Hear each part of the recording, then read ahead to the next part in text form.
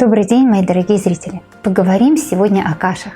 С детства нам всегда говорили: ешь кашу, а то силы не будет. Интересно, а вот кто-то из вас считает, что каша может навредить? Ну, есть такие. А оказывается, может.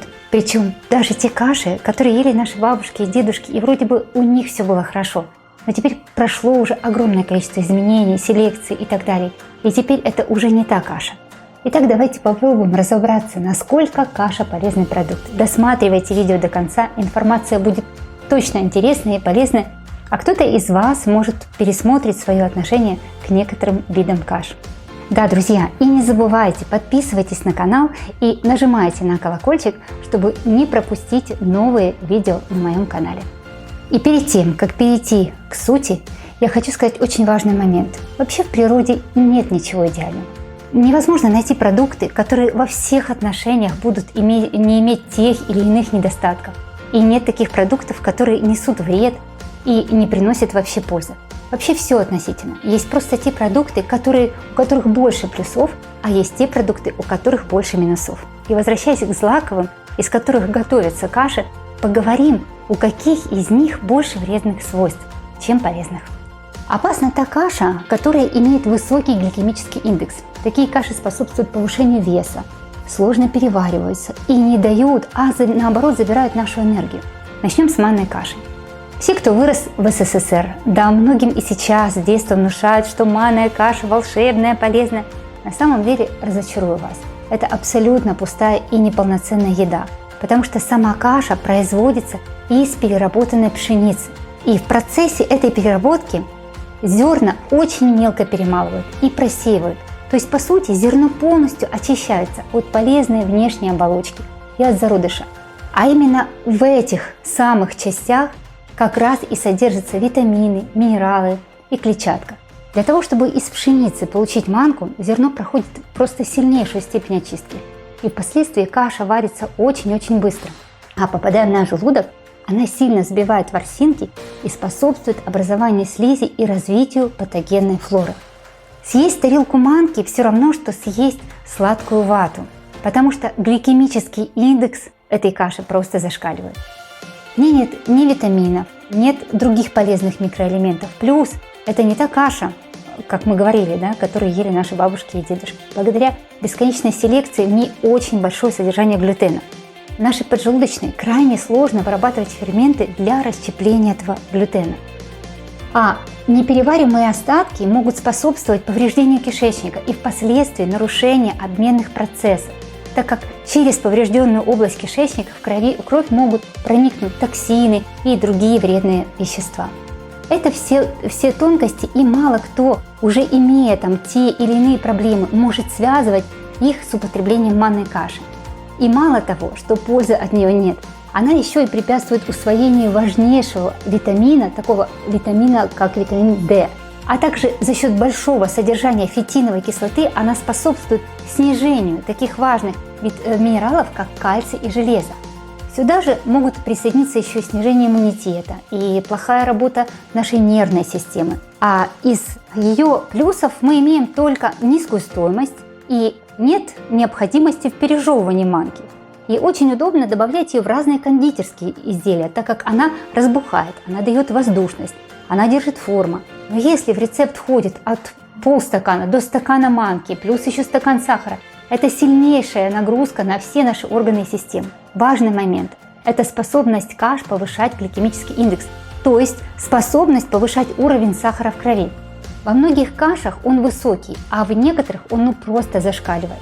И такие каши, как рисовая, манная, кукурузная, булгур, кускус, они имеют очень высокий гликемический индекс и, соответственно, сильно повышают уровень сахара в крови. И одно из отрицательных воздействий этих каш – это способность провоцировать перманентные микровоспаления. И это ведет к более быстрому старению и увяданию нашего организма. А к кашам, у которых гликемический индекс значительно ниже, относятся такие каши, как гороховая, гречневая, перловая или она же ячневая, пшеная. Кстати, рассмотрите еще такой отличный альтернативный вариант заменить кашу блюдами, например, из семян чиа или из семян киноа.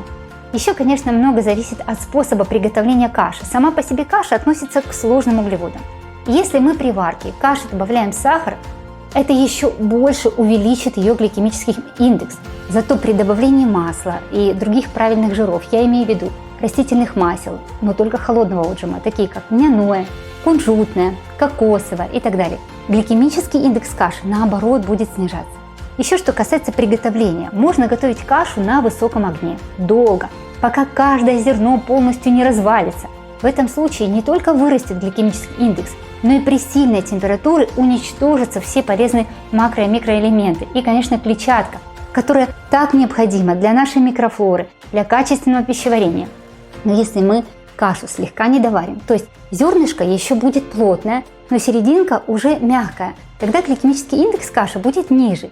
Еще очень сильно повышает гликемический индекс каша, сваренная на молоке, ну и безусловно еще с добавлением сахара превращается просто в бомбу, замедленного действия. Следующая нежелательная составляющая в кашах – это клейковина под названием глютен. Лидерами по содержанию глютена являются такие крупы, как ячменная, рожь, манка, белый рис, кукурузная, кускус. Да, кукурузная каша, она получается при переработке кукурузных зерен. Ее можно было бы отнести к полезным кашам, так как сама кукуруза имеет много полезных витаминов и минералов. Но, к сожалению, сама культура сейчас очень сильно геномодифицирована. Кроме того, кукурузная каша не рекомендуется при язве, гастритах или других проблемах с пищеварением. Ее грубые волокна усиливают симптомы и могут спровоцировать вздутие живота, метеоризм.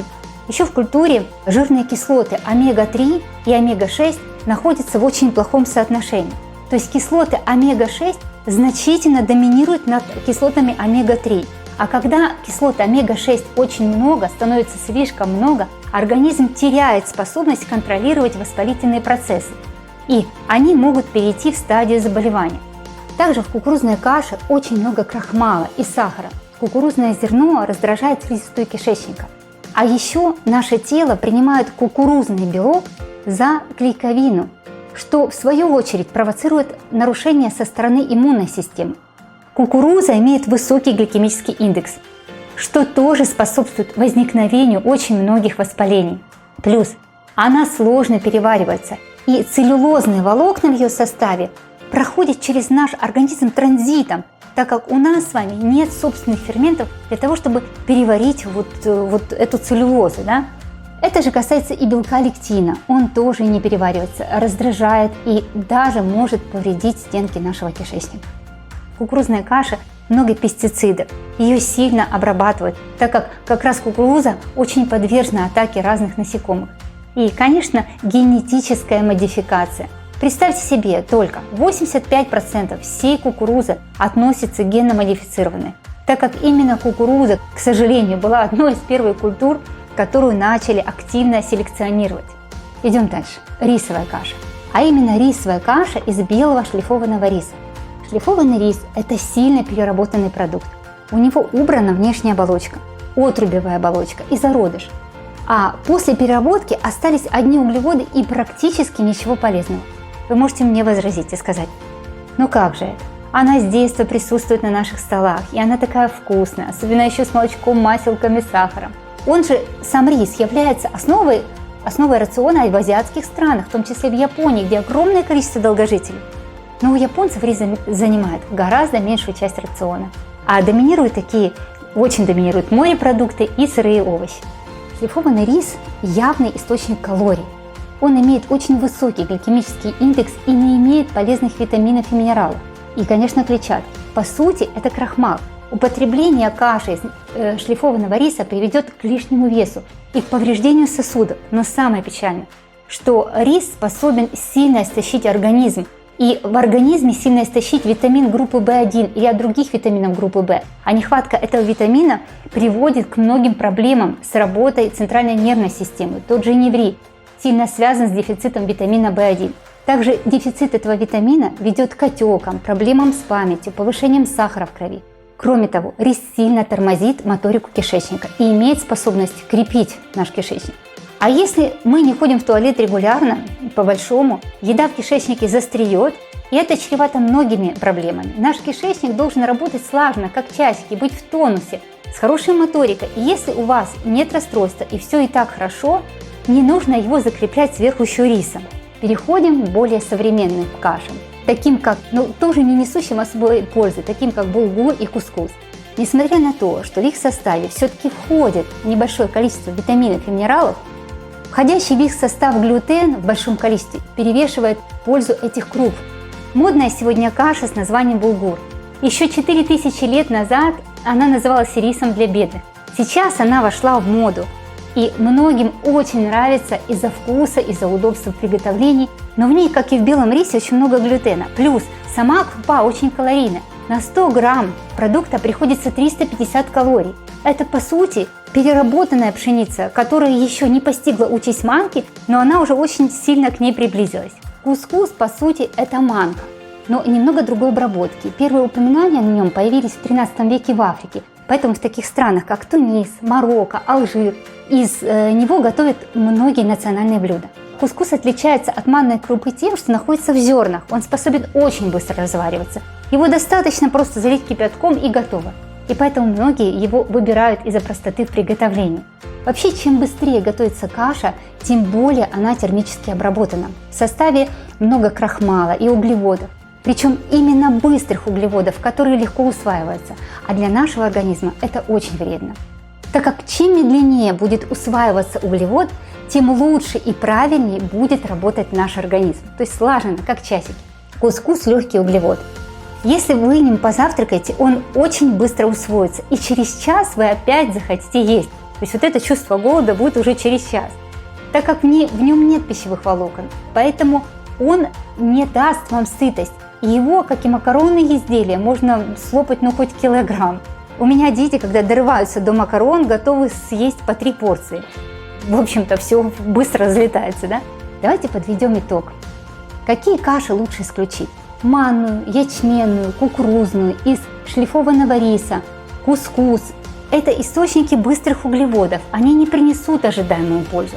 А включать побольше в рацион гречневых каш. Особенно полезна зеленая гречка. Правда, не всем она приходится по вкусу, особенно детям. Поэтому я часто делаю микс. Беру обжаренную гречку и зеленую гречку. Они отлично так сочетаются и никакого привкуса нет. Также чаще готовьте из перловой или ячневой крупы. Полезна для нас пшенная каша. Кстати, именно она избежала сильной генномодификации. Полезны каши из бурого риса и коричневого риса, и цельнозерновой овсянки. Такие крупы принесут организму максимум пользу. Подробно я расскажу уже в следующих видео об этом. Так что кто еще не подписался на канал и не нажал на колокольчик, чтобы не пропустить мое следующее видео, сейчас самое время это сделать. На этом у меня все. Будьте здоровы, берегите себя и до встречи в следующих видео.